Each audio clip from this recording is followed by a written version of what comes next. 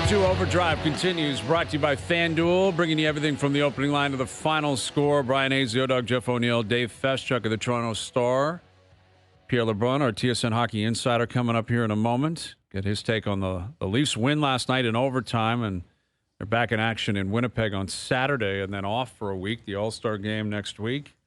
Are you going to be covering that? Like, how do you cover an All-Star game, Dave? Good question. I haven't done it in a while. Yeah. But it's like everyone's going to be in town. Should be kind of fun. I mean, I think that skills thing for $1 million will be a fun night. Don't you think? I like that they're trying something different there. I think that's what you can save. It should have been the MVP of the game for $1 million, though. Well, I don't think you can save the game. That's the thing. I think you can save the skills competition. Well, why not? Why can't you save a 5-on-5 game and say the winner gets $1 million cash? Like why? Like guys still would just say, "I'm not trying."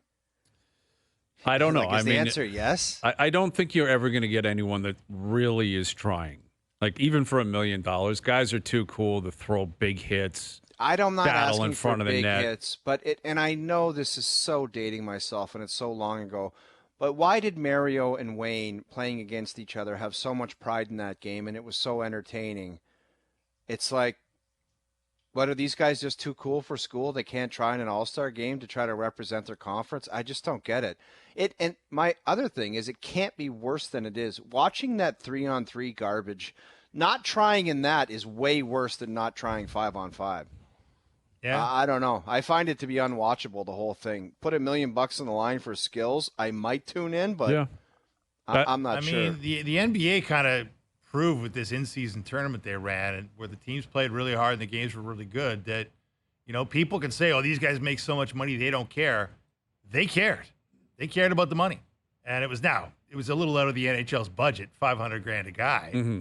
But there is something to be said about putting a price tag on things in a world where money is the be-all and end-all of most things. No, I think a lot of that was the peer pressure from the 12th guy on the bench who's making $1.8 million.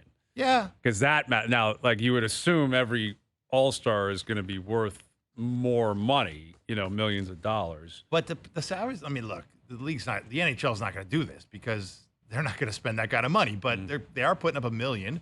If O-Dog's right. Like, if you want the game to mean something, give each guy that wins, I don't know, 50, 60, 100 grand.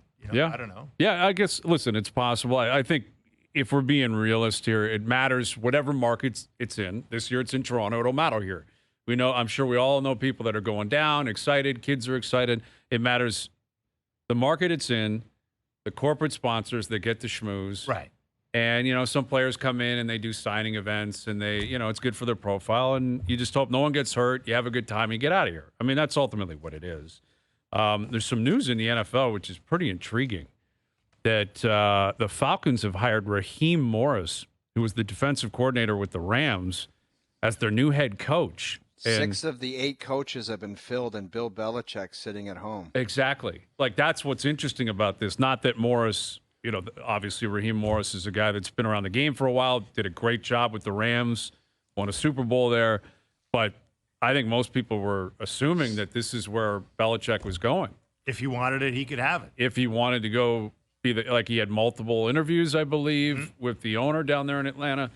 And so I don't know if this means that Belichick said he doesn't want to do it, or maybe Morris walked in and they were so impressed. They're like, this is our guy. Like, this, we want to go in a different direction. Belichick's not the one. But some people had Billy Boy connected to the Commanders, which it just didn't seem like the sexiest type of thing for obvious reasons, but who knows?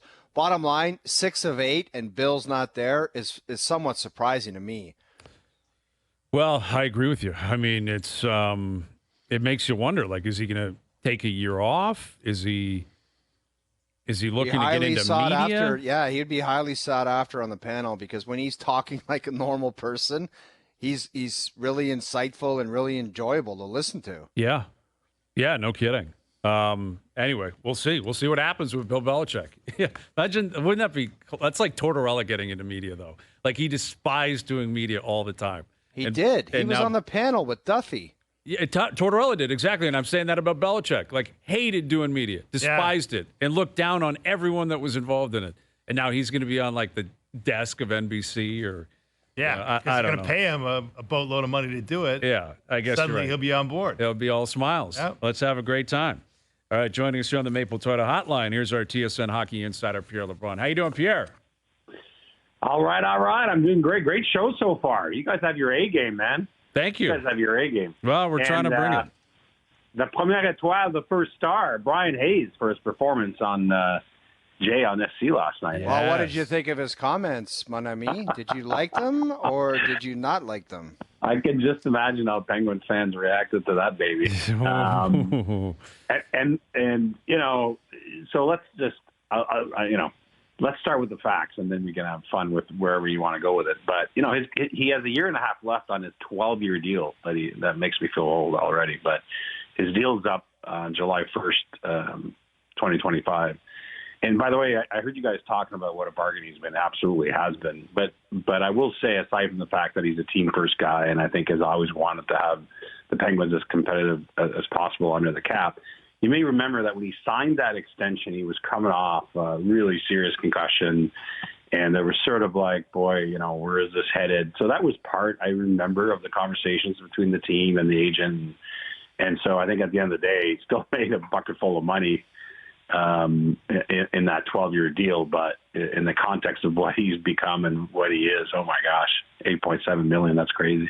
Yeah, no kidding. And listen, he's a loyal guy. He's into his 19th season there, 19 in Pittsburgh, and amazing. Yeah, I mean, it's obviously been a mutually beneficial relationship, but he's also, like, what's captivating about him is how little we know about Sid.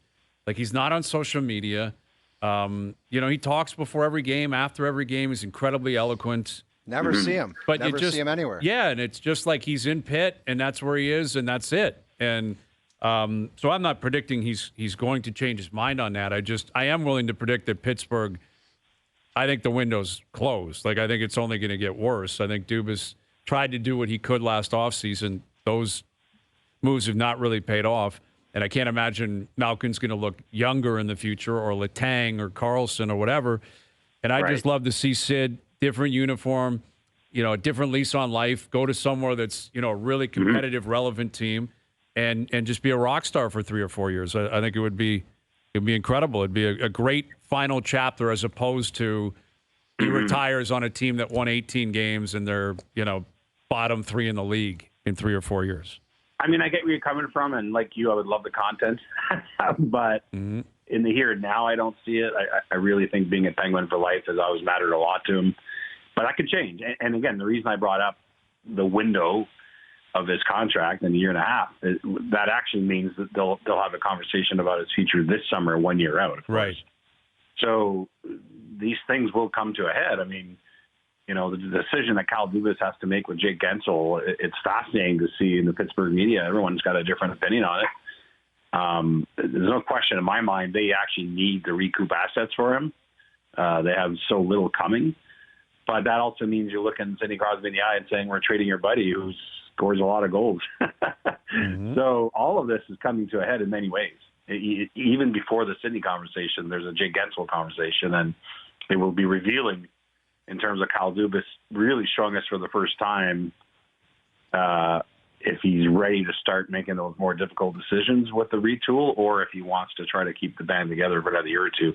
And you guys know this, but part of the interview process, not only with Kyle Dubas, with every other person that went in there and interviewed Pittsburgh last year in the offseason, was that the owners of Fenway Sports did not want a rebuild. They wanted this team to compete as long as possible. I know, Pierre, but I don't want a lot of things too. But if it's sitting right in front of your face, how could you present anything else to them after them not getting in last year and after what's going on this year? There's no other options, man. I think they made a mistake re-signing Malkin. They may have even made a mistake re-signing Letang, in my mind. Like I know it's hard, and those would have been emotional decisions 2 years ago. But you know who's undefeated? Father Time. And it's just hard in the cap world to bang on that door forever, no matter how smart you are as a management group. And there's some interesting times ahead in Pittsburgh, no question about it. Interesting times in Montreal tonight. How electric do you think it'll be with Patrick Waugh behind the bench for the Islanders? Yeah, I think it'll be pretty special. I remember being there the night they retired his jersey years ago, and which was not nothing, as you guys remember, because a lot of time had to pass for some feelings and some wounds to heal after his dramatic exit from Montreal. But that was a glorious night when they retired his jersey in Montreal. The way he came down through the crowd, I don't know if you remember, and that was sort of healing all wounds, and Patrick being back in the fold basically in Montreal. So I think, it won't be that dramatic tonight, of course, because there's business at hand. But I think there's a nice, I wouldn't say ovation because he's on the wrong team, but I think certainly an applause coming for him. And I think it'll mean a lot to him, no question. He's an emotional guy, wears his emotions on his sleeve. And that game, he would have known where that game was in a hurry after taking that job. Yeah, for sure. We were having a little fun with, or talking about McDavid, and Hayes was saying he's starting to play like Sidney Crosby, and we have noticed, Pierre, the emphasis on the 200-foot game. We know the Oilers have become a newly revamped defensive team after their early struggles. They're much more conscientious team, and McDavid's at the forefront of that. But what do you think the chances are that he catches these guys at the top of the NHL scoring list, even though we know that they're trying to play this kind of two-way, 200-foot hockey? It's bang on is what it is. And, I wish I could remember who tweeted this in the Edmonton media yesterday or the day before, because I would credit them. But someone tweeted that during this 14-game run, neither Draisaitl or McDavid have been top 10 in scoring in the league during that span. This is a 14-0 run that is with sound defense, strong goaltending, better special teams, although, especially the PK. And the big two are still playing great, but this is about guys like McLeod and Fogle chipping in. Everyone getting in on it. And that's what honestly makes them dangerous again. There's a reason so many of us picked them to win the Cup in September. This is the team. And within that, I think there's no question that McDavid reminds me of what Alex Ovechkin looked like around 2016 or so. Even though it took him another couple of years, there was a time in Ovechkin's career where he realized, I don't care how many awards I win. I want what that guy 87 in Pittsburgh has. That's what I want. And you started to hear it in interviews with Ovechkin when we talked to him. He was tired of individual glory, and he wanted to win so badly. And I think we're seeing that. And honestly, we could hear it in McDavid's voice and Leon Draisaitl's voice back at the start of the season when they did media interviews with us in Vegas at the media tour thing. Like, those guys, there's one trophy they're after right now in Edmonton, no question. And they're playing again tonight for 15 straight. They're going for 15 straight tonight. Pierre LeBrun, our TSN Hockey Insider. We referenced the Rick Tocchet comment after the game last night about Elias Pettersson, where he said he hasn't loved this game the last few games and wants to see him skate. I guess Tocchet was just asked about it in the last hour and was surprised that his comments became, portrayed as coach blasting star player. Said he just gave an honest answer to a couple of questions and says he doesn't want to, but he may have to be more guarded with his answers now, which would suck. But I guess welcome to a Canadian market, and welcome to a scenario where you're talking about a star player that's got a contract at the end of the year, and that would be Elias Pettersson. But I also saw Pettersson spoke on it, and he said, quote, "It's a professional game, and if the coach wants more of me, I'm going to try to be better next game," end quote. What a great answer. Yeah. What else are you going to say? What a great answer. Yeah, my coach wants more of me. That's what I plan on giving him then. Sounds pretty cordial out there. That dude's all business, man. I'm not surprised that he took it that way. He's really serious about his craft. And, this is a great example of when you read the quote in print, but then when you listen to it, with the audio visual, you can easily be misled. And my point is, you guys played it, but if you watch the clip from Tocchet last night, it was very matter of fact with absolutely zero zinger effect in it. Like, he wasn't trying to get at his guy. He was answering a question. And he was just saying, it hasn't been his best last 3 games. But when you read it in print, it sounds like a coach trying to send a message. I don't think he was at all. Mm-hmm. I think he was the best part about the response from Pettersson, it's a professional league.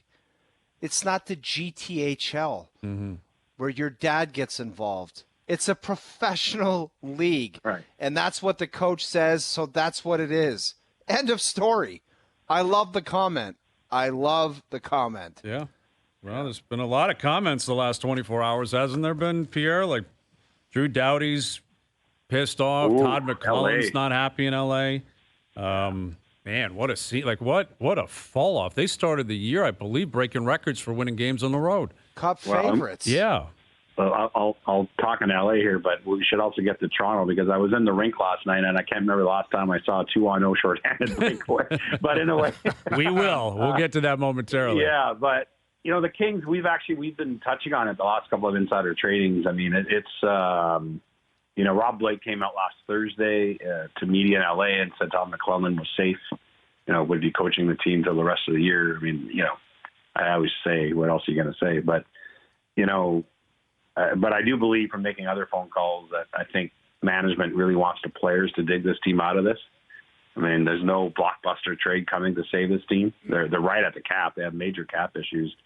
They believe Victor Arvidsson next month is basically probably be their biggest, roster move of the year when he finally plays his first game of the year. But it's been awful, and it really has gone off a cliff. Like, this team arguably was playing the best hockey in the NHL for the first 2 months of the year. On both sides of the puck. And it's just gone off a cliff. They can't score, but now they're clearly in their own heads.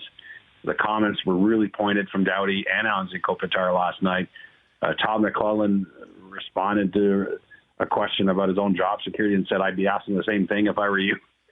It is tense in LA, no question about it. And I just don't know why they wouldn't come out of it. But the worst part of it all, and I hate to be that guy to point this out, but the juxtaposition of how LA is playing right now compared to Winnipeg after the trade those two teams made with each other, I mean, you can't help but not notice that either. Well, Pierre, I wanted to go there. Where does this leave Pierre-Luc Dubois? This guy wanted out of Columbus, and he was too cool for school for Winnipeg, and he wants out of there. And I know damn well Drew Doughty was talking about him last night in his comments. So where does it leave him? You got to start earning his contract, 8-year deal with the LA Kings. But wouldn't that have been a known thing at the beginning of the year, for God's sakes?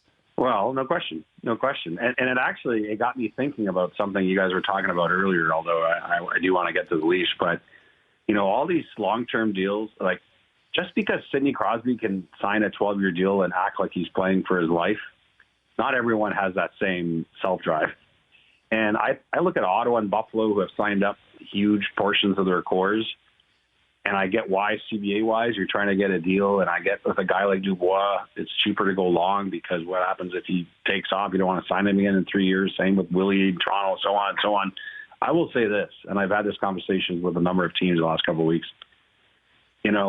It's one thing to save money long-term on some guys. It's another to know for sure that some of the young players can handle that kind of financial security and still be the same guy with the same hunger.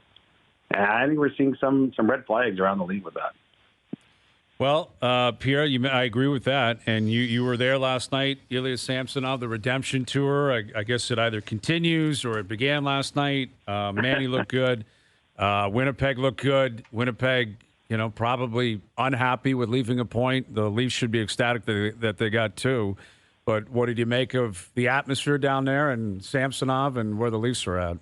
Well, I tell you what, first of all, just that 2-on-0 shorthanded moment, as much as the focus in this market has been on how the hell can that happen, the applause and ovation for Samsonov from the crowd at Scotiabank Arena, and I'm just going to be diplomatic and say it's not the loudest crowd in the NHL. Mm-hmm. It was beautiful. It was spontaneous and organic. Didn't have anyone yelling at them from the Jumbotron saying cheer. It was a crowd of smart Leaf fans saying, this guy's been through the ringer, and that was amazing, and we're going to let him know right now. Honestly, it was unreal. It was really one of those moments that if he salvages his season and his career, I'm telling you, he'll be talking about that moment for years to come. I'm serious. Yeah. That was amazing. But we'll see. He's got to win the next game, right? But that was great. Otherwise, the Leafs really stunk for a lot of that game.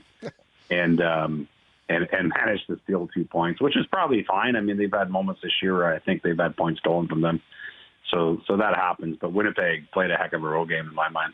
Yeah. Well, I mean, let's be honest. Samsonov owed it the other way. Right. You know, it's long overdue for him Yes. to steal the game for them because he threw away a bunch early in the season. Exactly. So maybe it was the beginning of them evening things out. But, you know, we've been talking about coaches and people not happy, whether it's, you know, Todd McClellan or Rick Tocchet in some areas or whatever. Like Sheldon Keefe last night was not happy behind the bench. And, you know, he went at his first power play unit, they were terrible last night. That's the way you can put away the game. They had a 5-0 power play lead last night, and they couldn't take advantage of any of it. Is there anything more to that, in your opinion, Pierre, or is that just a one-off and, you know, we move on in terms of how he reacts specifically to the best players on the team? Let's just say there could be. Let's see how this continues to play out here with his patience and at least finding, you know, more consistency. That's what I would say. And I don't know if you guys are like me, but I constantly, when I'm in the arena, love looking down at the bench and looking at his reactions because he's an emotional coach. And when things aren't going well, I'll miss a bunch of the play because I'm staring down at the bench and trying to see how he's reacting and barking because I want to see what's going on. And it was pretty noticeable last night, you know, after that power play. And I guess what I would say to benching his top unit is that I have no problem with it. I mean, I think that, you know, in that moment, you know, you have to send a message that everyone has to earn their ice time and so on. I get all that. The only caveat I would throw in there is that sometimes when you start fighting that fight, and we're not calling it a fight. It all ended well with Matthew scoring. But sometimes when you go down that road with your superstars, you got to make sure that doesn't become the thing because that could become the last thing. Well, and that's great point, you know. Pierre. Great point. And we know these guys, these particular superstars, have a reputation for sensitivity. I'm not going to say oversensitivity, but they're highly attuned to what's said about them and who's saying it. And O-Dog made a point that I tend to agree with. Like, okay, the first unit, 5 guys did not play well, but does it mean you have to sit the guy that's on pace for 70 goals? How about the guy in John Tavares who hasn't scored in 9 games, hasn't had a goal in 10, and is looking like age is catching up with him faster than we ever thought it could? Right. Yeah. No, listen, it's not an easy one. I mean, and, you know, obviously he didn't sit him in overtime because Matthew scored again. But, well, you know, just look at the replay. You can tell who made the wrong decision there in terms of the 2-on-0 shorthanded breakaway. So, I mean, I think it's just going to be a moment in the season and will be forgotten in my mind, but we'll see. I mean, honestly, Austin Matthews, like my pick right now for the Hart on this day on January 25th is Nathan McKinnon. Mm-hmm. But I believe Austin Matthews has strongly now entered the conversation of 4 or 5 guys, which I don't think he was really there in most minds, you know, 6 weeks ago. Even though he was scoring, now it's like scoring at a consistent basis, which is ridiculous.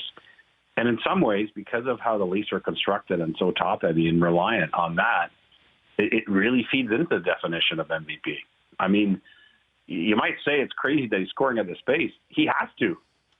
They need him. For this team. So, you know, again, my pick's McKinnon right now, but let's see how the rest of the year plays out because I think Matthews deserves to be in that conversation. What do you predict the future of Nick Robertson looks like in Toronto or league-wide for that matter?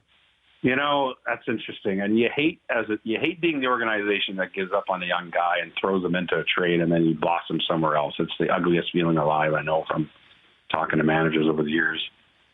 But, and I think he's obviously been better of late, but, you know, if the Leafs are going to upgrade the blue line and do this and do that, at some point you got to ask yourself who they're trading to make these things happen. So I think he stays put, but if you're asking me if you think there's any chance that he's involved in some of these deals, I think it's possible because I think it would be other teams saying this is a great buy low opportunity. Let's see if we can unlock this kid. Mm-hmm. Yeah, listen, he hasn't had much opportunity, but he's scoring a bunch of goals. Yeah, he's played well. Yeah, like you look at it, they're paying, not to pick other guys out, but like Tyler Bertuzzi's making a lot of money. He's not scoring at the same rate, and Bertuzzi's playing every single night. In the top 6, Max Domi playing every single night. Yarncroke playing every night. This kid comes in and out. Whenever he gets in, he seems to score goals. Yeah. And that doesn't mean he's a complete player. We know why Keefe doesn't trust him. Why? We know why the trust issue's there. Yes, we understand that. It's because when the goal scoring goes away, it's like you've got to be able to offer something else in that league to stick around. Exactly. And that's on him to realize that and apply that, clearly. But I would, but I just think, to me, it's easy. I don't have skin in the game, but if I'm running the Leafs, I want to stick with it because it might be there. You know what I mean? I want to stick with it. Well, and maybe more importantly, Pierre, he's cheap. Right. Like they need, which is not nothing. It's not. Maybe you don't spend that money at the deadline. Maybe you spend it on defense in the summer, and you shed money somewhere else. We'll see. All right, buddy. We'll leave it there. So San Fran, Kansas City, Super Bowl. Bye. All right. See you later. San Fran, KC. Okay. There you go. Pierre LeBrun joining us here on the Maple Toyota Hotline. Check out Maple Toyota's huge truck and SUV lineup, including Tundra, 4Runner, Highlander, and Grand Highlander, in stock and ready to deliver. Visit mapletoyota.com. I am somewhat amazed by the deja vu feeling about the Chiefs going into another game where it's like, oh, they're not going to beat the Bills. And no, they're not going to beat the Ravens. Dude, it's like, why would they not? I can't get past them not winning. I just think they're going to find a way to win it all again. Yeah. It's just what they do, man. It's what they do. And it's about the same spread, I think. FanDuel opened it, I want to say, at 3.5. The Ravens were 3.5-point favorites, and the Bills, I think, were 3-point favorites. It got down to 2.5 and then moved back up. But it's about the same spread. Yeah. Like FanDuel's saying, effectively, we're talking about a similar scenario here where the Ravens are at home, just like the Bills were at home. And I don't know. I mean, listen, Lamar played really well last week, and he's been great all year. But he still has to prove he can do it in the playoffs. That's the thing. Like, he's got to keep doing it, where Mahomes, I fully expect that he will. Mahomes is an underdog. It's crazy. It's a no-brainer bet. I can't bet against it because you're just going to be slapping yourself in the forehead when he does what he always does, which is figure something out. Yeah. That's what this team does. You can look at their personnel and say, well, they don't have the receivers they used to have, and their offensive line's banged up, and you can go down the list of what's wrong. They always find a way to make it right. Yes, they do. Yep. And Andy Reid is great at that. His staff, great at that. Harbaugh's a great coach. It should be a great game. I think the line is appropriate. I understand why the Ravens are a favorite, but to your point, betting against Mahomes and the Chiefs as a dog, I just can't do it. Yeah, good luck with that philosophy. Go ahead if you think that's the right play. Yeah. Good luck with that philosophy. We'll ask Herm Edwards about that. Herm's coming up just after 6 o'clock. Again, Raheem Morris is the new head coach down in Atlanta, not Bill Belichick. We'll see what Herm can tell us about that. What's up with Bill, and what does he make of Raheem taking over, Harbaugh taking over with the Chargers, and look ahead to the championship weekend as well. And our buddy Marty Baron coming up in about an hour. Overdrive continues, TSN 1050 and on the TSN app. All right, so I guess we're tracking what's going on down at Torrey Pines, but see this Anthony Kim stuff coming out? Dude, I was so fired up. That guy was one of my favorite golfers of all time. That guy walked around Augusta National and made 11 birdies in one round. Mm-hmm. One round. Amazing. Right. That guy was a stud. He was a stud at the Ryder Cup, and I have no idea what the hell he got up to. But it was some kind of gig where, he got insurance money for an injury or something, and he couldn't play. I don't know. It sounded kind of fishy. It was like $10 million, which is nonsense. Yeah. But he's coming back. That's what the reports are indicating, that he's going to sign with Liv. And the last time we saw Anthony Kim play professionally was years ago. He was 26 years old. He's 38 now. Yeah. And it's like, what does this guy still have? Obviously, he's still a great player. If you're a pro, you're a great player the rest of your life. Right. But it's one thing to be a guy who's a +4, +5. You win your club championship. It's another thing to go out there and John Rahm is playing against you. Yeah. Dude, it's crazy to think of that guy 38 years old. Yeah. It's like a tin cup scenario almost. And telling you, he'll have some game. He'll have some game. What if he doesn't, though? Liv's whole thing is we have 48 spots and we won't waste any spots. And what if you give him a spot and then the guy shows up and he's chopping it around? It's a disaster. Well, look, I got news for you. This will be the most anybody talks about it. This right here. Because, no one's going to see it. On nobody watches Liv. Yeah. Unless, again, they broker a deal and maybe he starts playing on the PGA Tour again, too. Well, he's going to have to qualify. I guess he'd have to qualify. Long road back to that. Although maybe that's a part of it. Liv gets a deal with PGA that our guys get to play on your tournaments. Is that I don't know how possible? that's I don't gonna know. work. If that's going to I don't see how that's possible either. But No. if Liv owns, if they've got like the power structure over the PGA Tour, They got the PGA's money. desperate. They got the money. You know they're going to want to protect their guys. I guarantee you, It's the a Liv mess. guys will be protected. It's such a mess. Pro Yeah, it golf seems is like one. such a mess. It is. It is a mess. It's depressing. Yeah. TSN 1050's Leafs lineup, your chance to win Leaf tickets every week. All season long, every weekday, we announce a current or former Maple Leaf player. And on Fridays, you have a chance to call in and name the Leafs lineup of the week. This week, we're giving away tickets to see the Leafs play the Stars February 7th. Plus, we're throwing in a $250 Vanilla Visa prepaid card with each pair of tickets to make it the ultimate game night. Vanilla Visa prepaid cards are available for purchase at Petro Canada. Today's player of the day is Connor Carrick. Connor Carrick. There you go. Was he on the 13 Leaf team? No, he was after that, I think. Yeah, he was after. Yeah, he wasn't on that 13 team because we were No. talking about that recently. Is with he the Bills D-man? and- Yeah, right shot. Yeah. He's an American guy. Got a great podcast. That guy's a world-class talker. Is he? Great talker. Is that right? No, I don't. Have we ever had him on? I'm not sure. I'm sure Get we him interviewed on. him back in the day, but Get him on. He's really good. really, yeah. I think he's from Chicago or something. Chicago kid, yeah. Yeah. All right, maybe we look into that. Is that all he's doing now? Is podcasting? Still playing. Is he playing? Still playing. Okay, there you go. I guess maybe I should know that. But Connor Carrick, like they give him some chances here. I think That he would came be a from bad Anaheim. starting question. If Yeah, are just you still went, So playing? you're done playing for a while. How's the podcast Yeah. world? And Actually, he floats out there that he's still playing. yeah.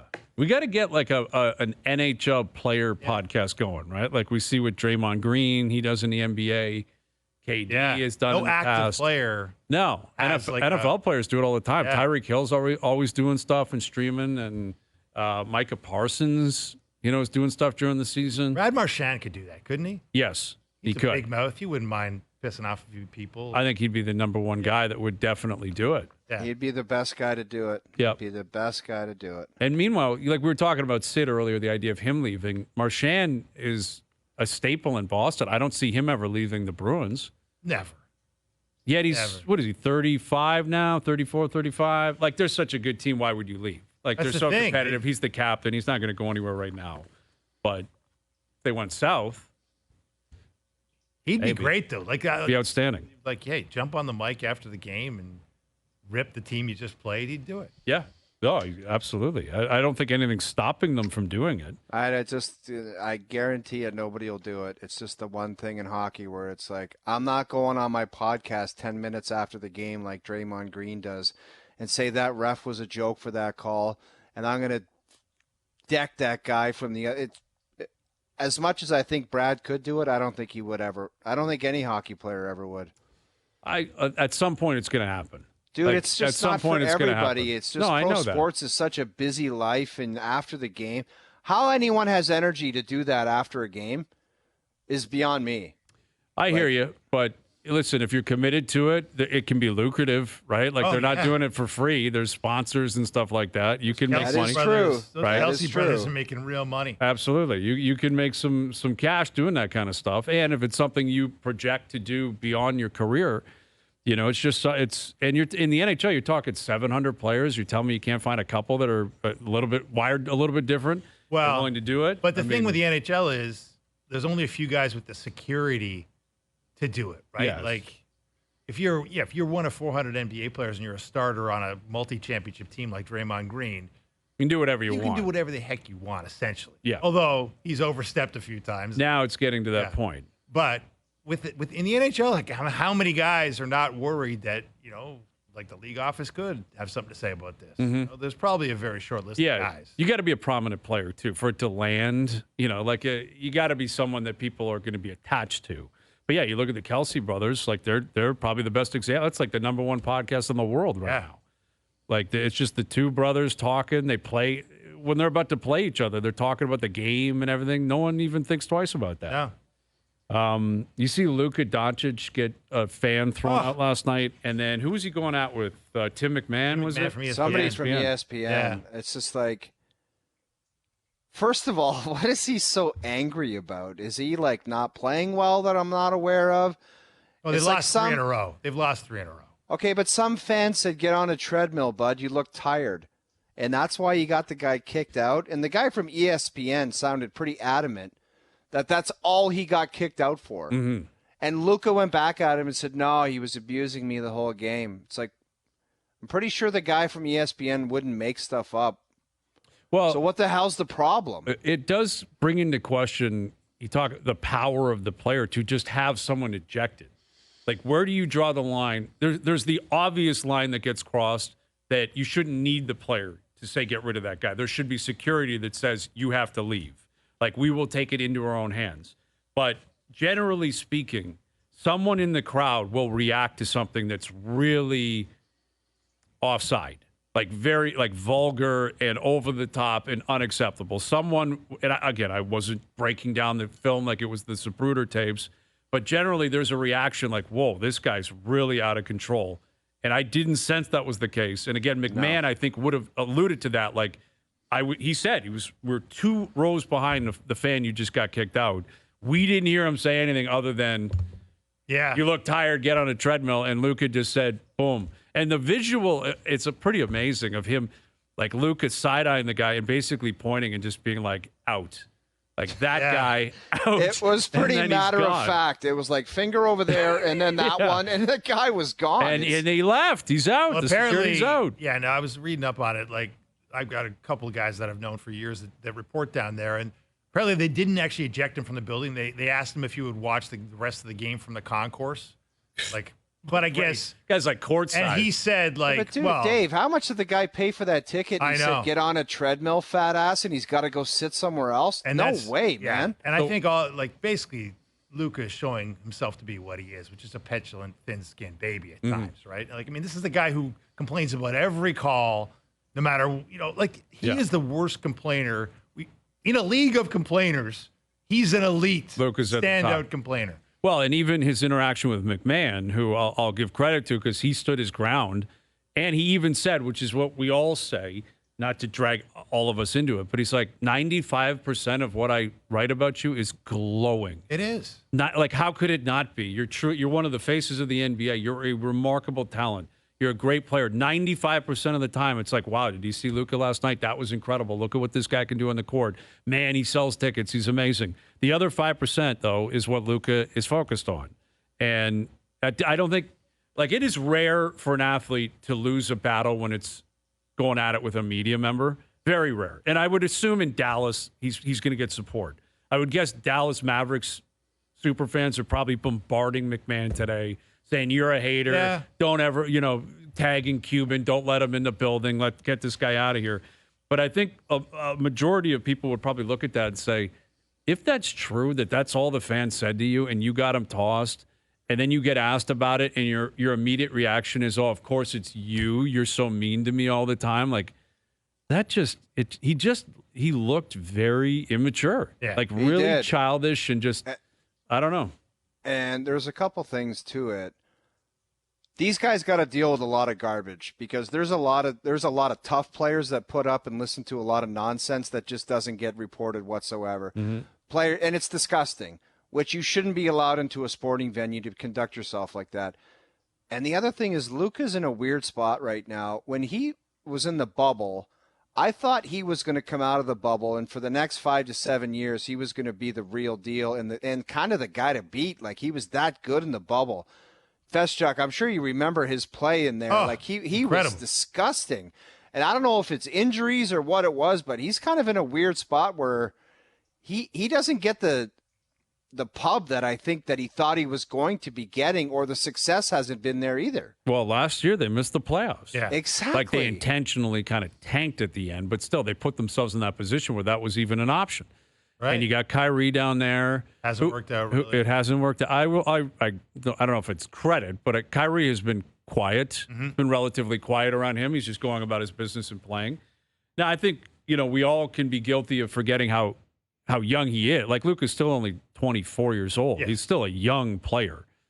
And, a lot has been bestowed upon him to take over. Basically, Dirk's leaving, you're coming in, you got to be the man in Dallas. And he is a phenomenal talent, but he's been accused of, being immature, being out of shape.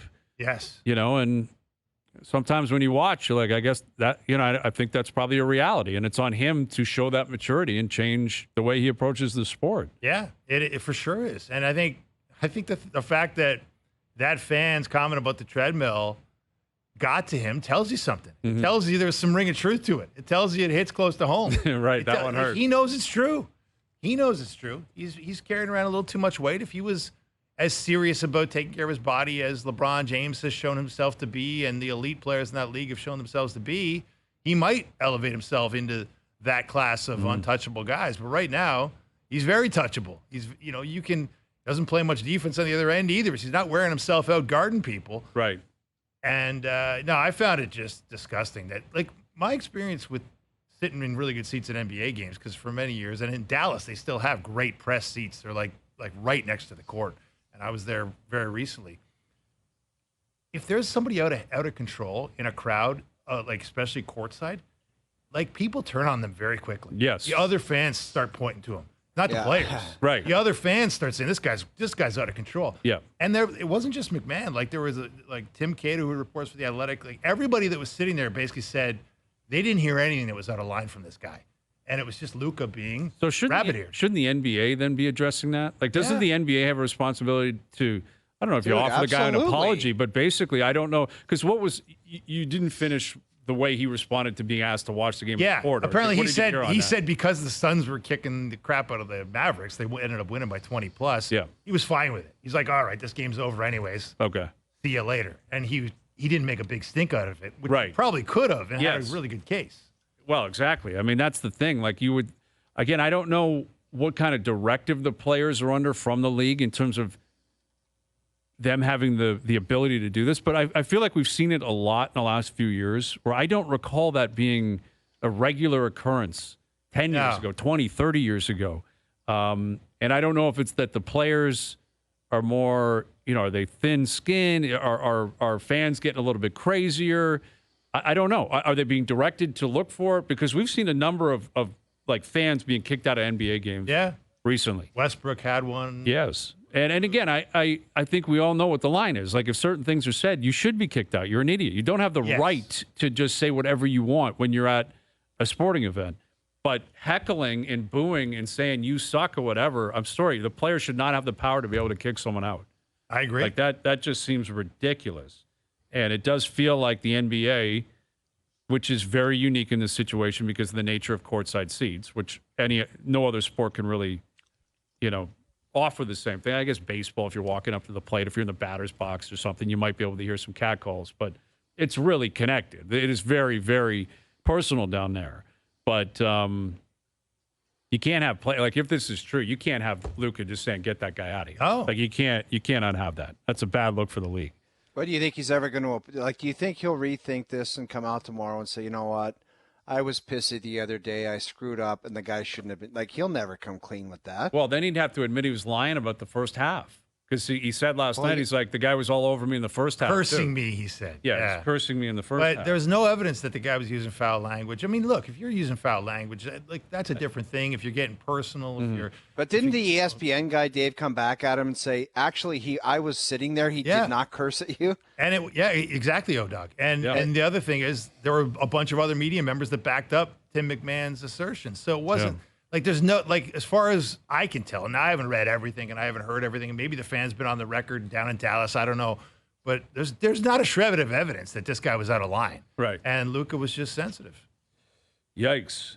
All right. Herm Edwards coming up. Marty Baron coming up as well. Overdrive continues. TSN 1050 and on the TSN app. All right. Herm Edwards coming up in about 15 minutes. We'll get his take on Raheem Morris getting the job down in Atlanta. What happens with Bill Belichick? Only so many vacancies now. Like, where's he going to go? Commanders. Yeah. The Commanders. Maybe that's his only hope at this point.